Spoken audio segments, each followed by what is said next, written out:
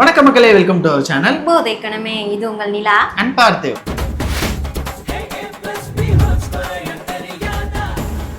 இன்னைக்கு நம்ம என்ன வீடியோ பார்க்க போறோம் அப்படின்னு பாத்தீங்கன்னா, ஓம் படத்தோட டைட்டில் அனௌன்ஸ்மெண்ட் வீடியோ தான் பார்க்க போறோம். ஏன்னா நேத்தே வந்துருச்சு, நமக்கு ஓம்ன்ற இது வந்து போஸ்டர் முதற்கொண்டு எல்லாமே ரிலீஸ் பண்ணிட்டாங்க. ஆனா நாங்க அந்த டைட்டில் அனௌன்ஸ்மெண்ட் வீடியோ நாங்க இன்னும் பார்க்கல. ஸோ பாத்திரலான்றதுக்காக தான் வந்திருக்கோம். பாத்திரலான்னு நினைக்கிறேன். நீங்க நேயர்கள் விருப்பத்தின் படியா நாங்க 2 பேரும் ஹெட்ஃபோன் போட்டுருக்கோம். எல்லா வீடியோலயும் சொல்றாங்க. ப்ளே பண்ணி பாத்துறோம். இது ஒண்டர் பார்னா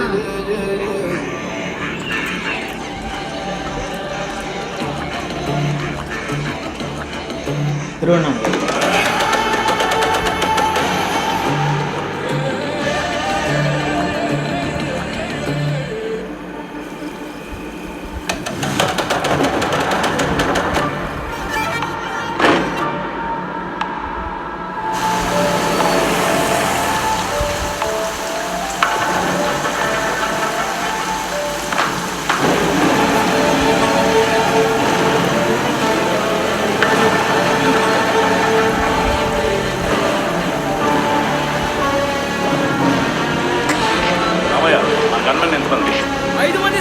தெலுங்குல தானே பேசுறாங்க.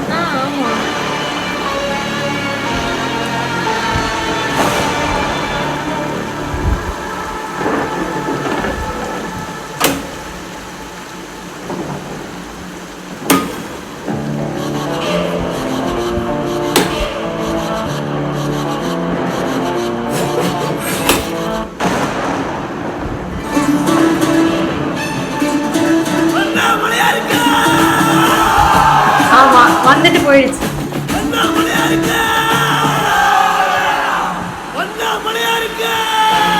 அரோகரா.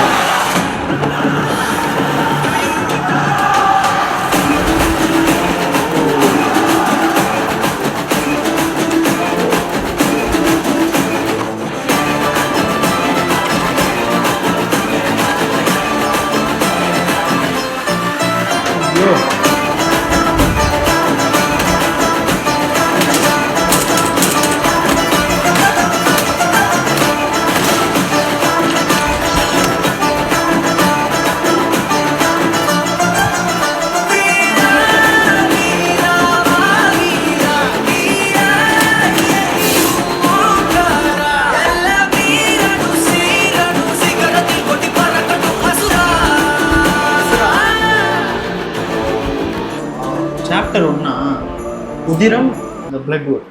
ஓ, இது சீரியஸா வர போதா? இல்லையா? இல்ல சீரியஸ் இல்ல, இது ஃபர்ஸ்ட் பார்ட் மாதிரி வர போகுது போல.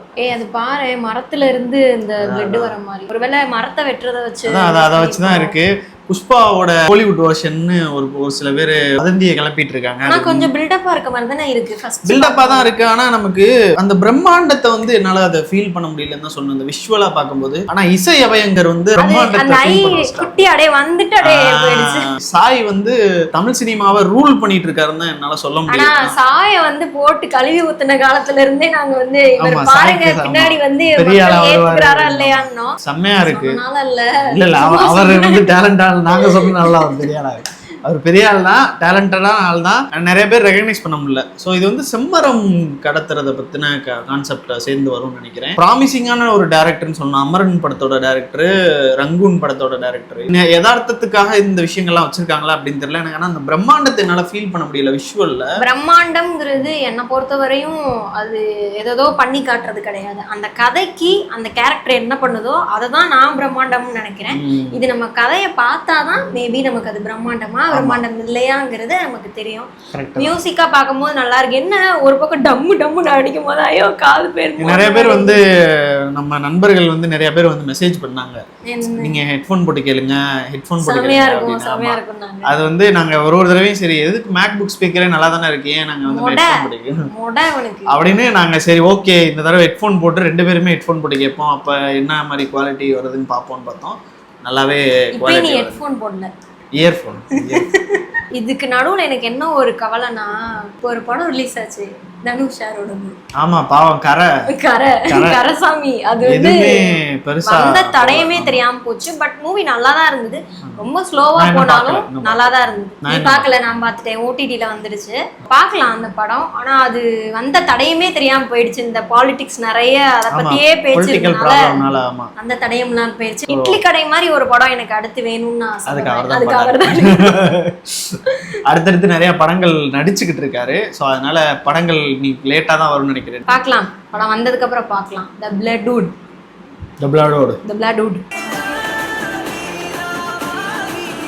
திரம்